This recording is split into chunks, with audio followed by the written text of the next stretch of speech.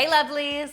All month long, I am committing to making dinners in your house a little easier. And today, that means one pot pasta, 3 delicious ways.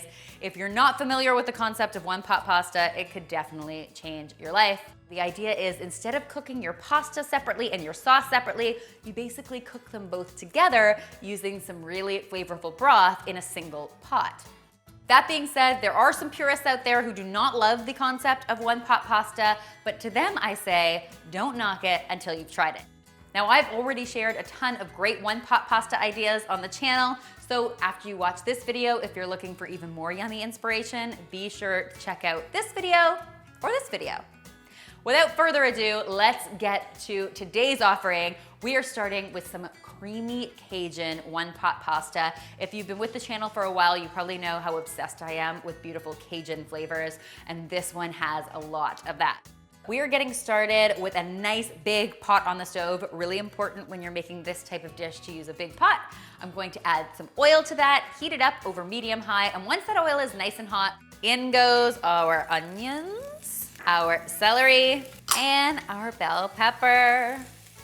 Basically, there is nothing I love more in life than the smell of onions frying. It's probably why I ended up doing what I do for a living. You really have to love the smell of onions frying to do what I do for a living.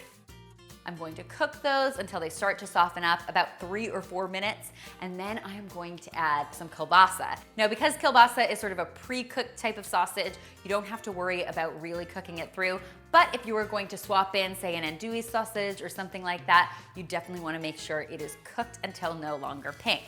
At this point, we are also going to add our garlic and our Cajun seasoning. Now, I'm using store-bought here, but I also have a great recipe for a homemade Cajun seasoning. I will leave a link in the description box below. You can make a big batch of it and then store it in your pantry, and it is ready when you have a hankering for some Cajun goodness. Once that hits the pan, you're gonna let it cook for 15 to 30 seconds, and then it is time to add your pasta. I am using some linguine, but of course, the world is your oyster. Use whatever pasta you have on hand. I'm putting it right into my pan. Don't panic. I know this is where people start to get heart palpitations when you're doing one pot pasta. They're like, no, wait, stop. It can't possibly be done that way. I'm gonna make you a believer. Then we're going to pour our broth right into the same pot. We're also going to pour our cream in as well. And that's gonna make for a nice creamy pasta. Once that whole mixture comes to a boil, we are going to cover our pot, reduce our heat to medium, and let it simmer away. It's really important when you're making one pot pasta to stir it regularly because, of course, all of those starches love to stick to the bottom of your pan, and nobody needs more dishes in their life. Am I right? After between 12 and 15 minutes, your pasta will be completely cooked through. You'll have a nice creamy sauce, and that means it is time to finish this off with our shrimp. I've got some shrimp that have already been peeled here, which is, of course, really convenient. I'm going to pop them into the pan, put the lid back on, and cook them until they have turned nice and pink and opaque. That means this stuff is ready to be enjoyed. And let me tell you, your whole family is going to be raging for this Cajun creamy pasta. Next, guys, I've got a really tasty meatless option. It's my spinach and artichoke penne, and it's sort of a take on classic spinach and artichoke dip, so you know it's going to be good. It starts once again with a nice big pot over medium-high heat. We're going to heat up some oil. This is the dance I do while I'm waiting for my oil to heat up. That's why I always have music on in the kitchen when you guys aren't with me. Once that oil is nice and hot, in goes some onions and some mushrooms. These are big, beautiful mushrooms, thinly sliced. As with all great cooking, I think it's important to season as you go.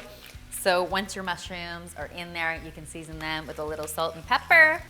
We're going to let those beauties cook for 5 to 6 minutes or until they're nice and soft and have released most of their moisture. And then we are going to add some flavor into this dish. We have some minced garlic, and I'm also going to be adding a nice big helping of artichoke hearts. Once that garlic is fragrant, you're going to add your oregano. I'm using dried here. Fresh, of course, is also an option. And then we're going to add our penne to our pot and our veggie broth. We're simply going to mix all of this together, bring it to a boil, and then we're going to reduce our heat and let it simmer away for 15 minutes or so. We're going to stir it regularly to make sure it does not stick.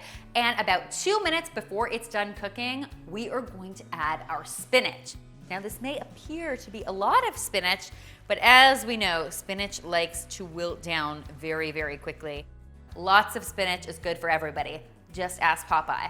I'm going to pop the lid back on, let it wilt for a minute or two. And then for a finishing touch, I'm going to stir in some freshly grated Parmesan cheese.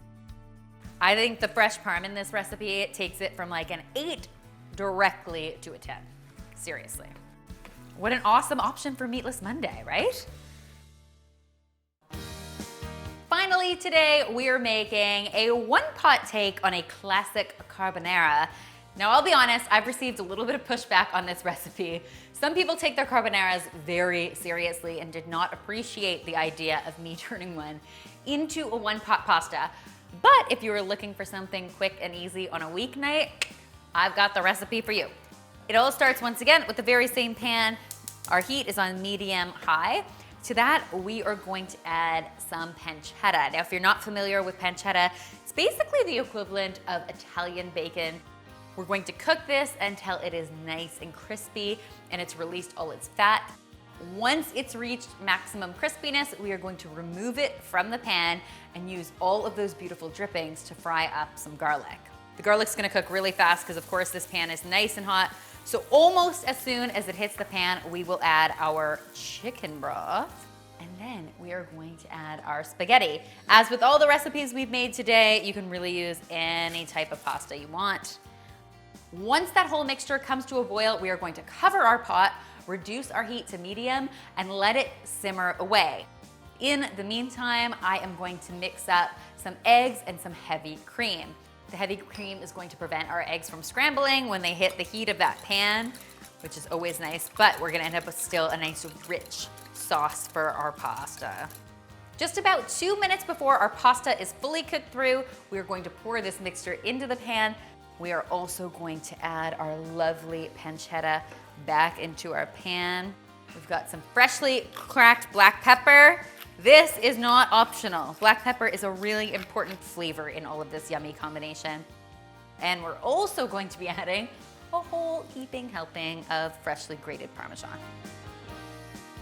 And finally, we are going to serve all of this tastiness with loads and loads of freshly chopped parsley. Because parsley counts as a vegetable, right? Guys, I hope you will give these really tasty ideas a try. If you do, be sure to tweet me, Instagram me, or Snapchat me a photo because I love seeing your kitchen creations. Keep in mind, the full recipes are available in the description box below. And if you haven't already, be sure to subscribe because there is lots more dinner deliciousness where this came from.